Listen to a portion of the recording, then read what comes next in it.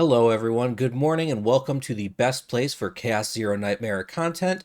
My name is Koros, and it is the morning before the Yuki update. I am still in the midst of drinking my coffee, but the patch notes for the upcoming Season 1 launch just got posted, so let's dive right in, I guess.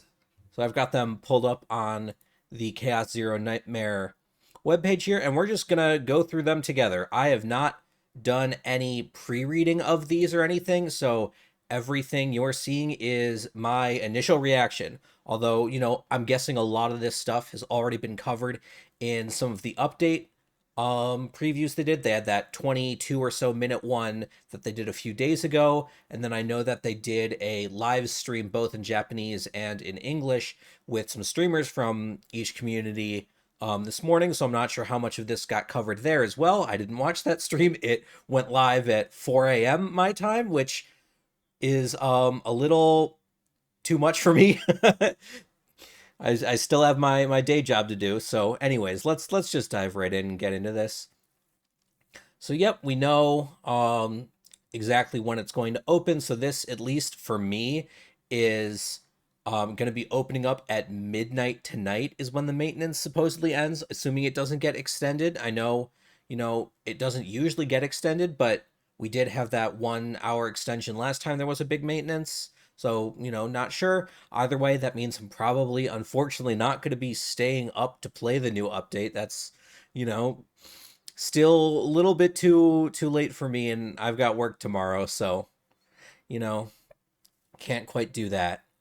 But it's good, that we know that save data from this new season will not be deleted even after the season ends. This is something that a lot of people were wondering about. It's really, really good that they have clarified in no uncertain terms that all your gameplay, all of your work to get cool decks together during this season is going to be safe. I'm guessing much in the same way that only save data from like this new season 1 chaos can be used for the seasonal content. I'm guessing season 2 you're not going to be able to use your season 1 save data, but you're probably going to still be able to use it for things like hyperspace basin and farming stages and weekly bosses, which do get quite challenging once you get up into those higher difficulty levels. So I think it's good that these aren't getting deleted, even if we won't be able to use them for future seasonal stuff. Now we know that there's a story. It's interesting that they are locking the story to level 35. That means that you are going to have Chaos 4 unlocked, but not necessarily Chaos 5 if you're doing this right at unlock. You're leveling up a new account for this season or whatever. I'm not really sure why they would you know hitch it to like a mid range level like that, like 35. I would have expected either 30.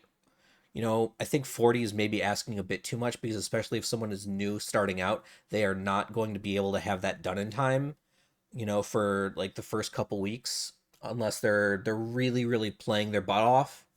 So we'll see.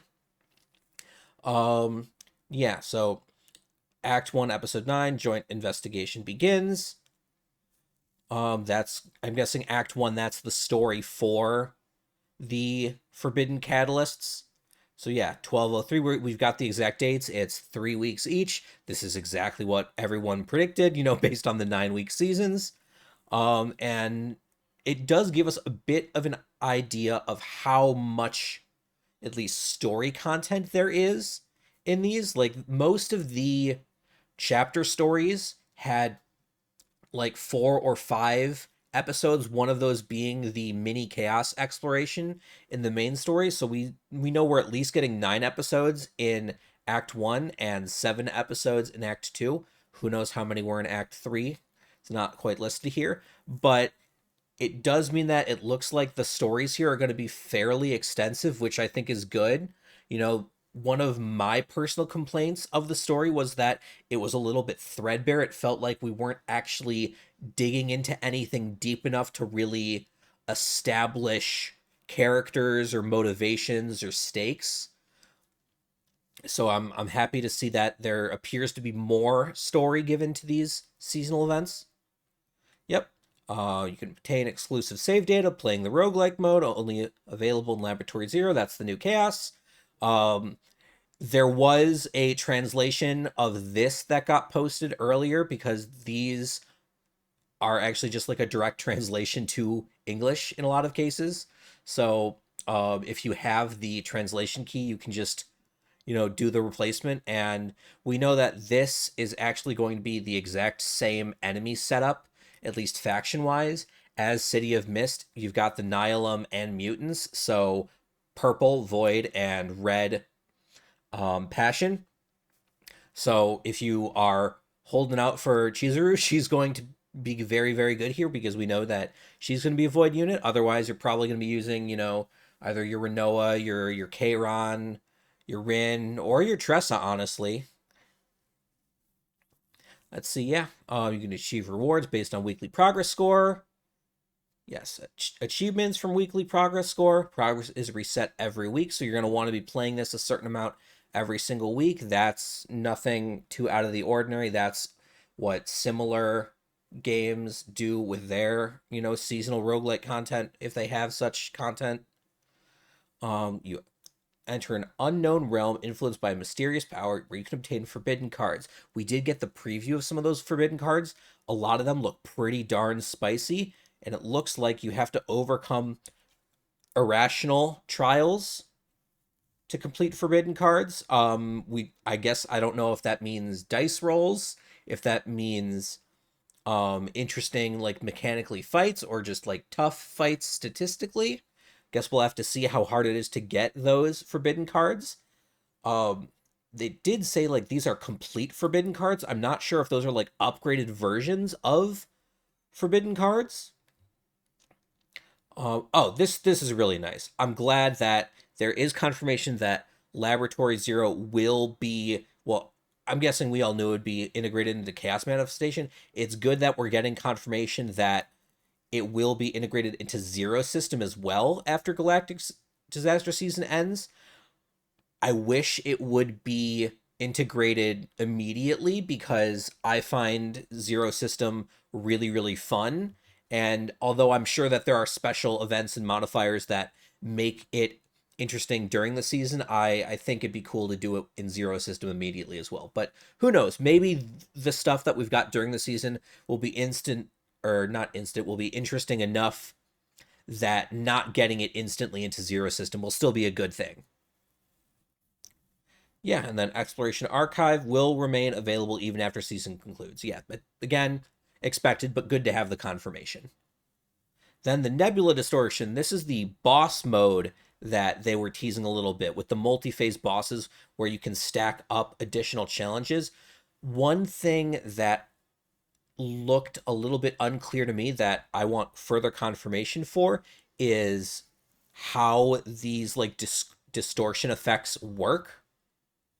So again, we've got the open condition to clear the new chaos mode. There will be different schedules. Oh, so these are open for quite a while. Wow, that's so this is before even phase two, and then this is a week into phase two, so way before phase three, and they're lasting all the way till the end, it looks like. So even if you don't get to Kentress right away, once Family Head joins in, it looks like you'll still be able to do Kentress and finish all that off. That's really, really good. It's good that they aren't rotating these out. They're just adding new ones in, adding more variety. And yeah, so I guess the thing that, they haven't really addressed here, I'm just, quickly skimming, is how some of these unlocks work because I've seen this done two different ways before. Uh, there is this kind of system in games like Zenless Zone Zero where you unlock them, like once you complete them with all these, you unlock the next, and then the next, and then the next, and they all kind of build on each other like sequentially. And then there are games like Persona 5 The Phantom X where they have these sort of boss events with your own modifiers, where they've got like a grid of modifiers where they have different modifiers and varying levels of each modifier that you can tick up and that you unlock by doing like preset combinations of those fights. That's the system I tend to prefer because it's just more adaptable.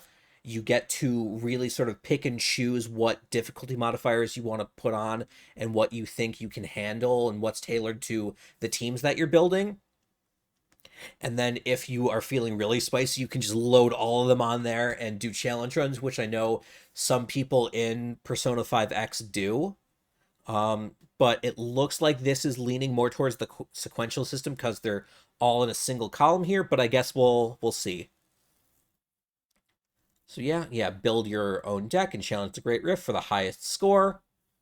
Um, then we've got first half and second half. So first half is phase 2, second half is phase 3. So we should have decent save datas by then, I would suspect.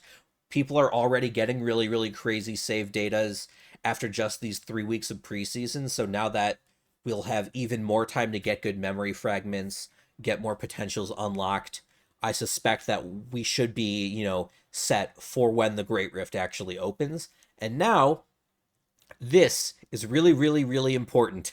This is the supply store. This is what a lot of people were saying is going to make or break this update and seeing actually how many rewards we get. So let's just go through.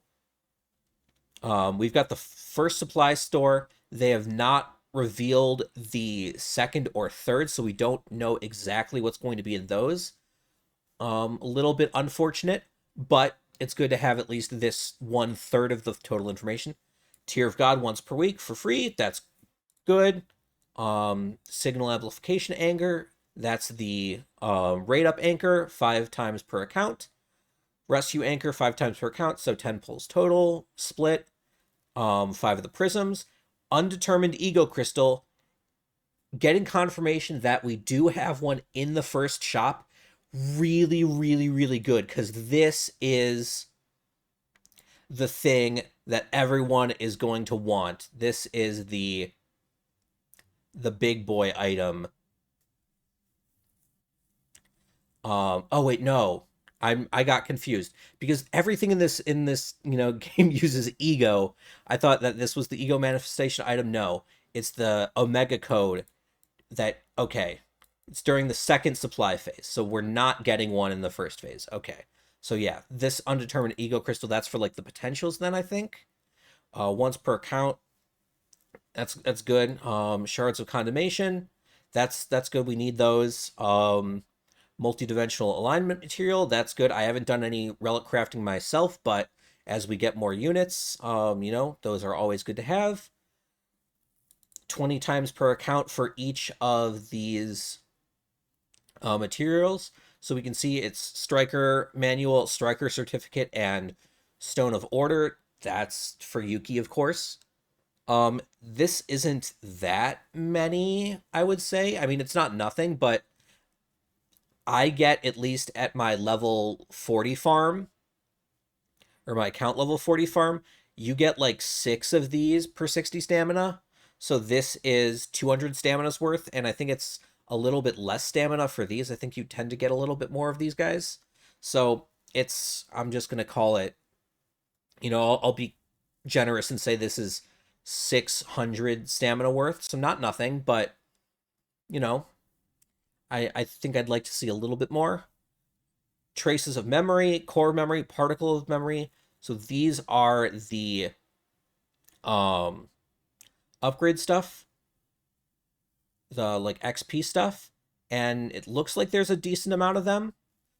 I don't know how big of a drop in the pond, and I don't remember by name which level of XP these are.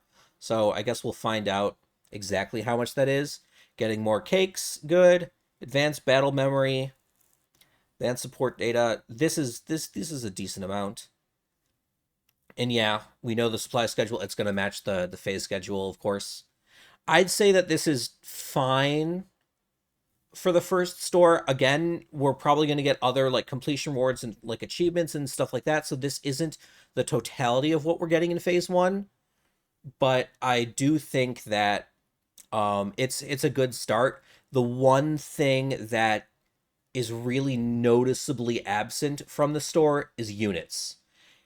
And a lot of people, as they hit 50, I haven't hit it yet, but a lot of the people I talk to who have been using their Tears of God and refreshing with crystals have hit 50, and they immediately go broke in units from doing leveling because it costs something like 1.1 million units to get a character from 50 to 60.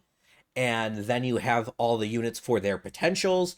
Then you've got units that you're spending to merge codexes. It's just you are broke forever once you hit 50, and to see no amelioration for that in this first supply store is disappointing.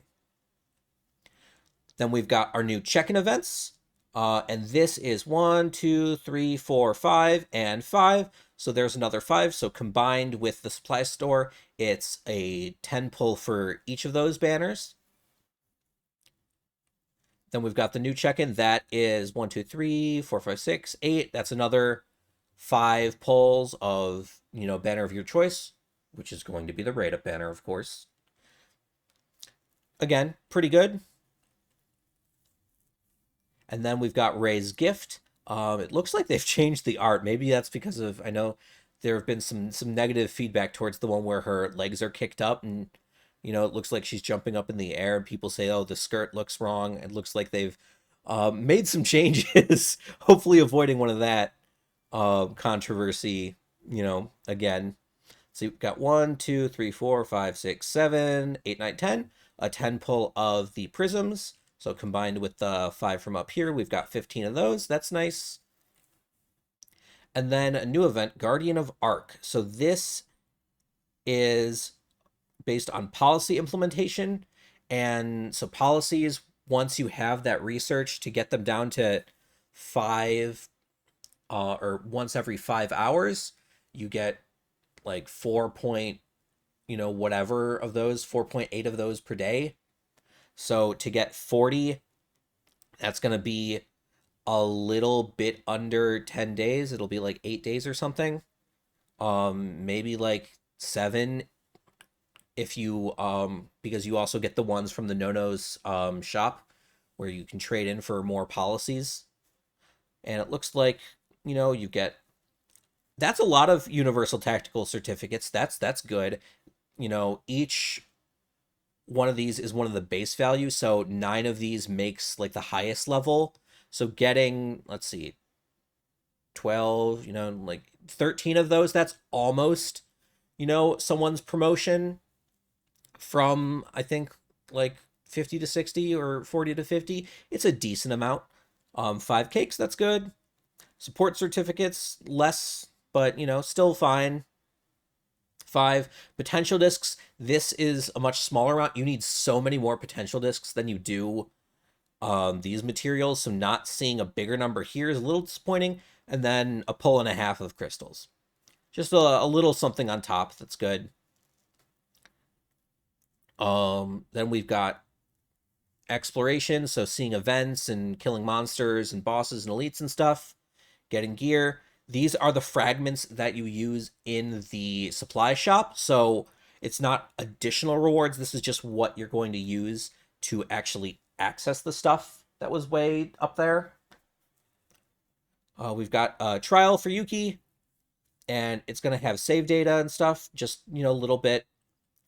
That is, expected. That's standard for these kind of games. Then, yep, she's going to be added after the rate up period ends, just like Yuki is going to be added as soon, or not Yuki, just like Haru is going to be added as soon as Yuki drops. You'll be able to immediately get prism modules for Yuki. That's good. I am not going to lie. I have not been a good boy, and I have not been saving mine for her. So I'm going to need to use some of those rewards we're getting up there and see if I can hopefully pull some of those Yuki prisms, because I am definitely rolling her. Then just a little bit of stats. We've got some epiphany information. Okay. That's neat.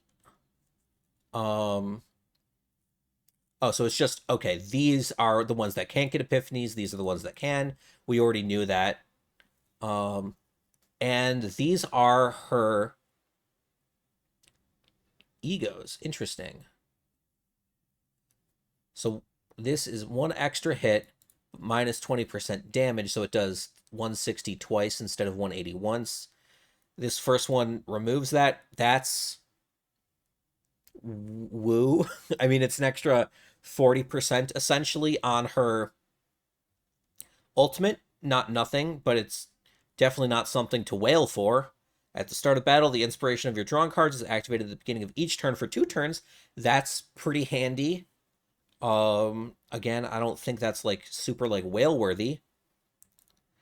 Damage proportion move from 50 to 80. So let's say in a good hand, you've got 3, maybe 4 of Yuki's cards that you're going to use this with. I'd say probably 3 is more likely, so I'm just going to go there. So instead of being 450, it will be 540. You know, plus 90%. Again, it's fine. Then 4, gain 1 Sword Dance. Each time this unit's card is drawn through an ability, that's going to happen almost like instantly. Like that should be happening turn 1, turn 2. Oh, these are only for 1 turn anyway. So yeah, but this, you should hopefully be capping this out each turn. You're at least probably going to get 1 stack, so getting a plus 10 to all of our cards. For some of the cards that are multi-hit, that's pretty good. Again, it's nothing earth-shattering. And I'm seeing a little bit of a theme here. Again, we've just got the normal. These guys get the potentials +3. Maximum count of sword dance has been increased by 1, and damage has been changed to +15. So the stack increase, I don't know how frequently you're going to be able to trigger that 3rd stack, but I guess it's good if you can get it. Getting the +15 instead of the +10. So let's say maybe you're able to get this at 2 every single turn. That's a +30 instead of a +20 to all of her cards. So that's another 10% on top. I don't think any of these sound crazy enough to wail for. I think in totality, it definitely makes her stronger. If you get all 6, they all add up, but nothing in here is truly like, oh my god, this one ability makes or breaks Yuki. And I honestly think that's kind of healthy for the game, even though we've got the 2 potentials that you can get in, or not 2 potentials, 2 ego manifestations you can get in shop, and you can get more once, she hits the standard banner and you pull on standard, or you lose your 50/50s to Yuki in the future. You can eventually get these and they'll enhance her, but you don't need to wail for them right now. I think that's a pretty healthy way to have these ego manifestations. Make them, just nice little damage boosts, not necessary to complete a character's kit, just little nice things to have to make it feel like your cool character gets a little bit cooler when you lose a 50/50 in the future, to where when you pull her from standard, or if you have a bunch of those extra materials from getting duplicates, and you want to pull one of Yuki's ego manifestations from that exchange shop. Then we've got Westmacott again. We've got the confirmation that Westmacott will be added to the normal partner rescue after raid up, and that Asteria, Haru's partner, is going to be added as soon as Westmacott drops. We've got the stats on her, and okay, so they're actually showing us now the base value and the max value. I'm pretty sure in the preview earlier they were showing the max value, which most players are not going to get 5 copies of the partner. So it's good that they're showing what you get at 1 instead. I think, yeah, attack cards that are drawn by their ability, that's every attack card of Yuki's that you want to play is going to be drawn by an ability. I guess the wording here, if it's their ability, then it can only be Yuki's card. It'd be nice if this worked for Nia and for Cassius And for Veronica, I'm not sure. Maybe it's just bad wording. That's something, we're going to need to test. But I'd say if this only works for Yuki, then this part of the passive is honestly kind of, limited in its uptime because you're only going to be able to pull the skill so often. Otherwise, damage amount of cards with inspiration increased by 10% at base value. That's good. That's a 10% all around increase. That's like equivalent to something like the liberated memory over inner memory, or, like inner memory over base value. Like, in order to get a similar effect on this, you'd have to go pretty deep into the egos. I think that's pretty good. This is the really, really good part, the clue spotted, because it lets you put a card in your hand and then draw an assigned combatant's card. And if you put one of Yuki's cards on top of the draw pile, and then you draw one of Yuki's cards, guess what card you're going to end up with. So you get to trigger inspiration on a card of your choice in your hand. That's really, really good. I noticed they don't have the cost of the ego skill. I think it was 3, I want to say, which is fine for an effect that I think is fairly powerful. But yeah, that's good. Now this is something that it's really good to have clarification. The achievement log rewards. This is a big complaint that I've had, a lot of other people have had, with the amount of upgrade materials that are needed versus how much you get per stamina in the farming simulation stages. And in the previous video, they had said on screen that we'd be getting more stuff from levels 2 to 22. And then the screenshot had extra rewards up to level 25. So it kind of felt like the left hand didn't know what the right hand was doing. And no one was actually sure what we'd be getting or what the limit was. So now we have confirmation that it's changing from level 4 all the way up to level 60. So throughout your entire level up career, other than those first few levels, which are covered in like the first hour of gameplay, you are going to be getting extra materials, which, again, all of these limited one-time sources of materials are in the end just a stopgap measure. And unless we get repeated sources of materials that can actually help us raise our characters, I think this problem is going to persist. But it's good that we are actively getting these drops, even if they don't solve the problem at its root. Got the new Basin of Hyperspace stuff, and it looks like in addition to the crystals and the zeronium, we are getting upgrade materials. So they are literally just addressed the thing I talked about. There is now a more repeatable source to get these materials. The amounts for the certificates, again, it's not too high, especially because this is something that only rotates every 3 weeks, but it's something. And so like 210,000 units from getting all the way up to 30, which, you have to be decently built to get all 30 stars in Hyperspace Basin. That is less than half of the cost of promoting a unit to get from 50 to 60. Then actually leveling them is another 600. So this is less than 20% of that cost. Again, like the amounts are just really, really high for what we're getting. We've got new stuff added to Zeronium and the Traveler Memory Archive. So we've got Exquisite Slice of Cakes, Sweet Chocanillas, so more affection stuff. That's good. I think based on what I've seen and the amount of new sources of cakes and other affection items and gifts that we're getting, I think that problem is probably solved by now. I think the amount we're getting now is good. And then Ritoshka, who is a free-to-play striker partner who is going to be quite good with Yuki. Spoiler alert, they're giving her for free. I think that's great. I think it's really, really cool that they are giving away a free-to-play option for the new banner character in the shop that you can get if you haven't managed to roll them in either the standard or rate up banners yet. I think this is really cool. I'm glad they're doing this. I already have a Ratoshka. I only have one copy of Ratoshka, and I think I've got like 270 pulls in the game right now, split between the rate up and the standard banner. So it's likely a lot of people don't have any copies. So yeah, very, very good that they're adding this. We've got more supply missions for season XP. Yeah, standard stuff. Okay, there's an in-game help section explaining save data storage rules.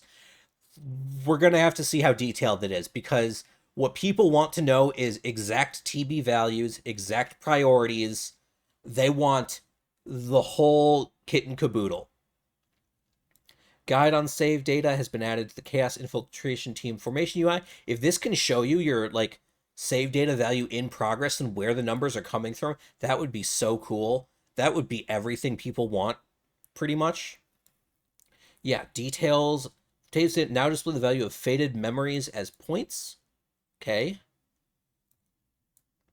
This follows the notation of save rules introduced in the help section. Allows you to check the total value of faded memories stored within the save data. Then we've got new shop packages. We've got a support kit. So this is a weird amount of crystals that I don't really feel like translating. I'm just going to call this looks like 18. I don't know, 17. And then 25 more, so like 42 for $50. I again don't have my spreadsheet right in front of me, but that strikes me as fairly high efficiency if you are a dolphin or whale and willing to shell over $50 for a gacha game. Then these ones just cost crystals, and they are, yeah. I don't know about using crystals on these kinds of materials. That always just leaves such a raw taste in my mouth. I guess if you're like a mega whale and trying to hyper level all of your characters at once, then this is something that's not going to bother you. But for me, who, I spend, a decent amount, like probably not dolphin territory. I spend like, I don't know, 15, $20 on average a month on these kinds of games. That's not enough value, not nearly enough value for me.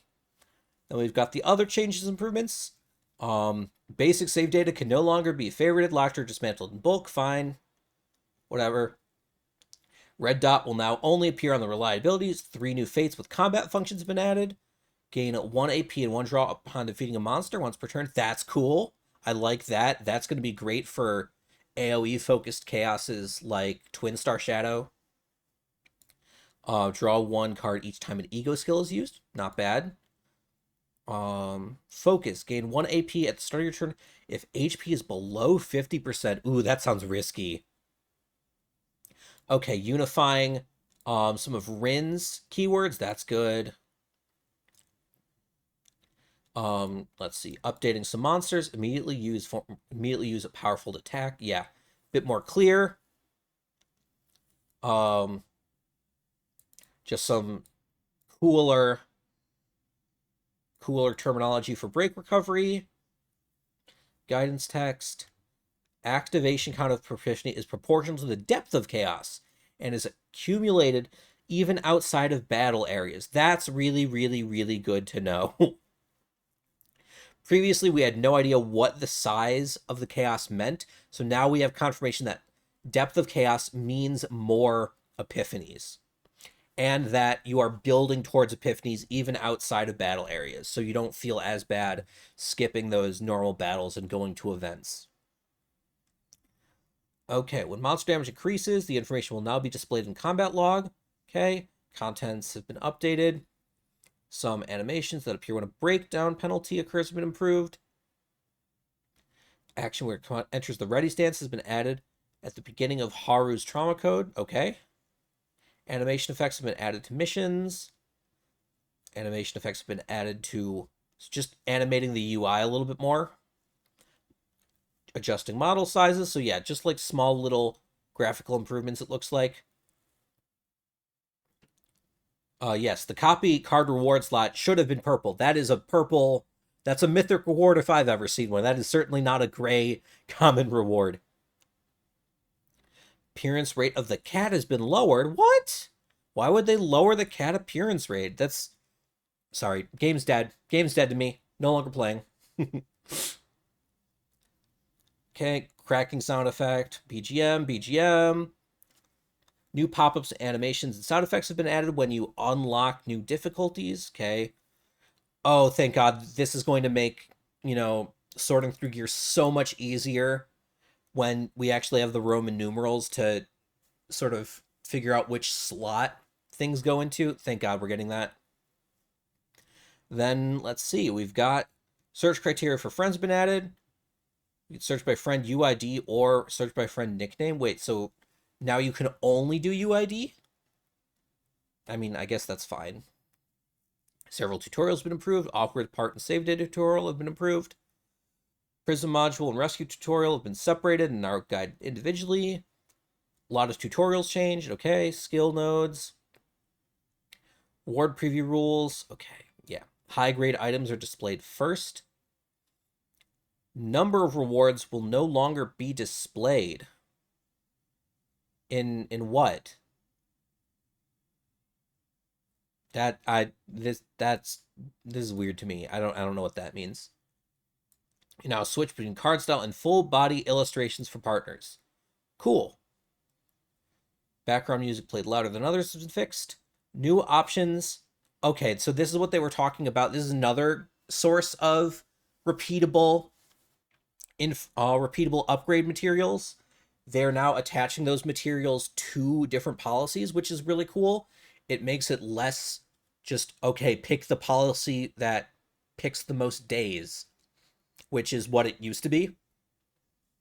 Yeah, glad we'll have to see the amounts to see whether that's really, going to affect things, but I think, any help is help.